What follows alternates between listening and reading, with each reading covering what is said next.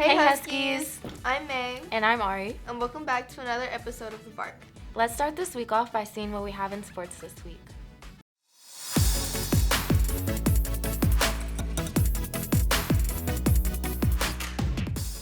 Oh my gosh, the stadium's so cool. Right? And our voices sound so weird. I wonder if they have food here. Okay, that's enough. Let's just get started.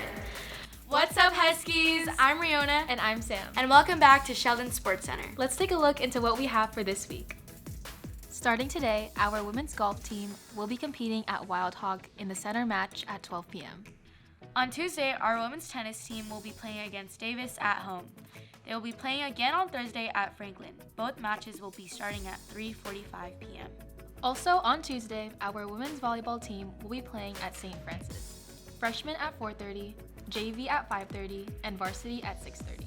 Wrapping up this week, our cross-country team will be competing at the Flat Sack Invitational starting at 9:30 a.m. Well, that's all the sports information we have for you this week. Good luck to all of our Husky athletes, and we hope to see you guys supporting them throughout this week. We'll see you guys next time.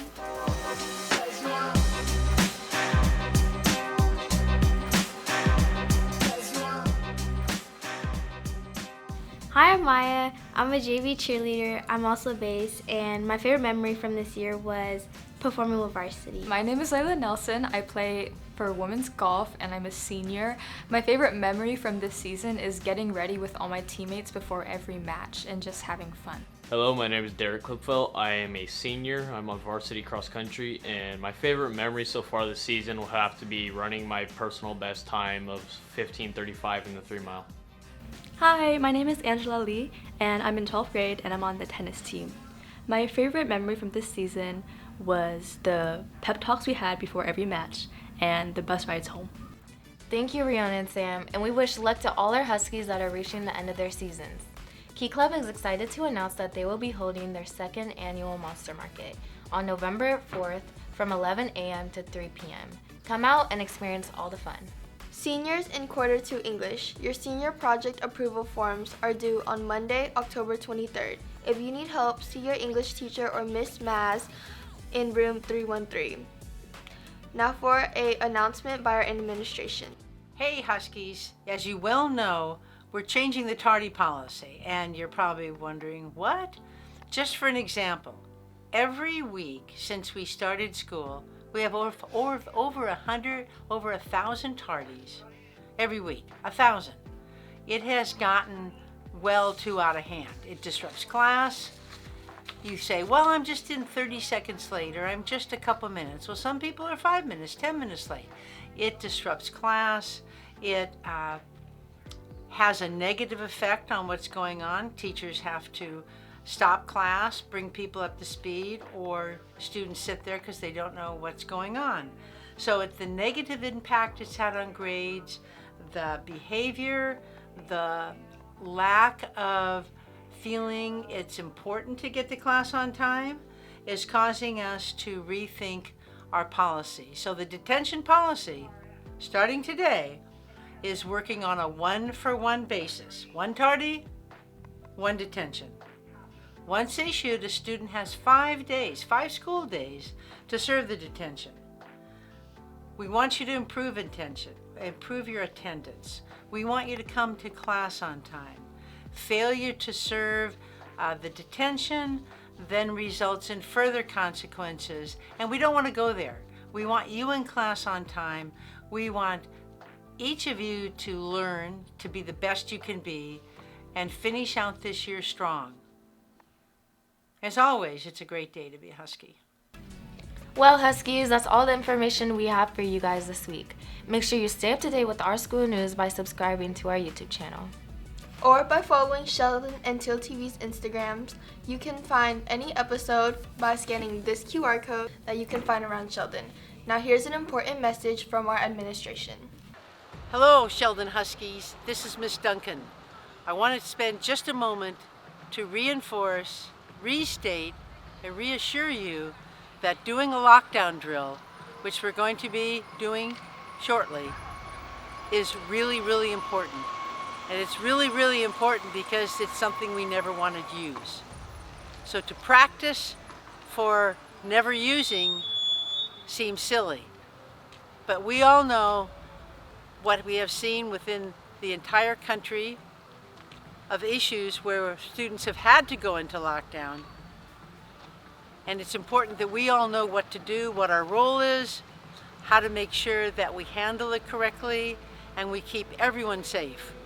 We keep you safe, we keep staff safe, we keep our entire Sheldon community safe. So please, when we do this lockdown drill, please take it seriously.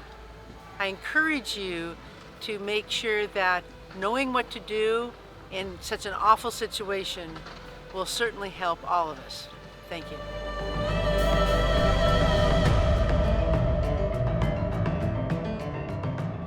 Emergencies are unpredictable. Therefore, we need to train to be prepared for any situation. First responders and staff are here to help create and provide a safe and secure environment in which to work, learn, and live. Even with these precautions, it's important to know how to respond to critical situations.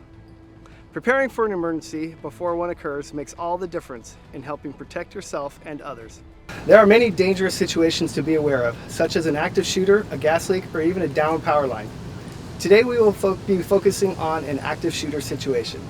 In this situation, you need to remember to run, hide, or fight. Pay close attention to your surroundings and ask yourself, what would you do in an emergency, and respond accordingly. When you see or hear something that seems suspicious, don't hesitate. Ask a teacher or staff member if there is any danger. If they say yes, break yourself out of tunnel vision and do something immediately. Don't wait for others to react or respond. Be proactive. It may save lives. That sounded like a threat. We need to move now. It's important to consider all the escapes and routes, whether you're hanging out with friends, eating, or studying. Be sure to be aware of your surroundings so you can make quick decisions if needed to. When you are citing Shakespeare, you have to do it by act, scene, and line numbers, and you want to make sure that you're separating it by a period, not a comma or a dash. So for example, if you were citing to be or not to be, that is the question, then we would... Attention Sheldon High School. We are going into lockdown. This is not a drill. I repeat, this is not a drill. Please follow all lockdown procedures in Section 6 of the compendium. Rihanna, will you get the blinds? Ryan, can you get the magnet out the door? And Lynn, can you get the blinds and the magnet in the back corner, please? All right, please make sure your phones are off or silenced, and please remain under the desks. After recognizing danger, you may not be able to run. Lock and barricade the room. Stay down and away from windows, and wait for official updates from first responders or staff.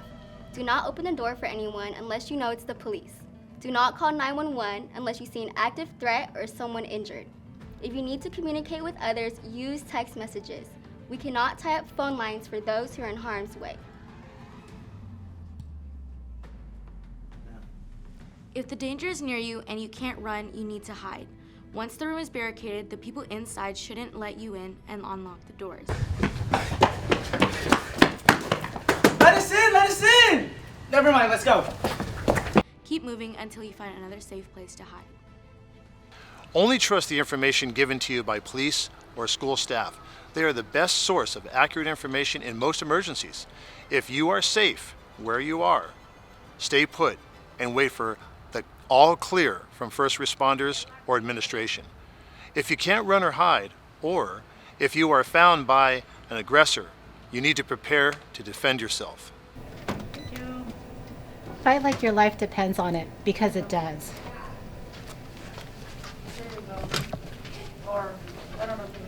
Communicate with the people around you, and remember that collaboration is a strength you have. Make a plan and use the distractions to protect yourself. Even if the person is armed, fighting is an option. Our number one priority is to minimize the threat and stop any additional harm. Be sure to follow all first responders' instructions and to always keep your hands visible to them so they know you are not a threat. In an active, violent situation, preparation and having the right mindset is critical to keeping yourself and others safe. The best way to do that is by being aware of your surroundings, listening to instructions, and knowing how to respond. If faced with an active, violent situation, you will need to decide whether to run, hide, or fight.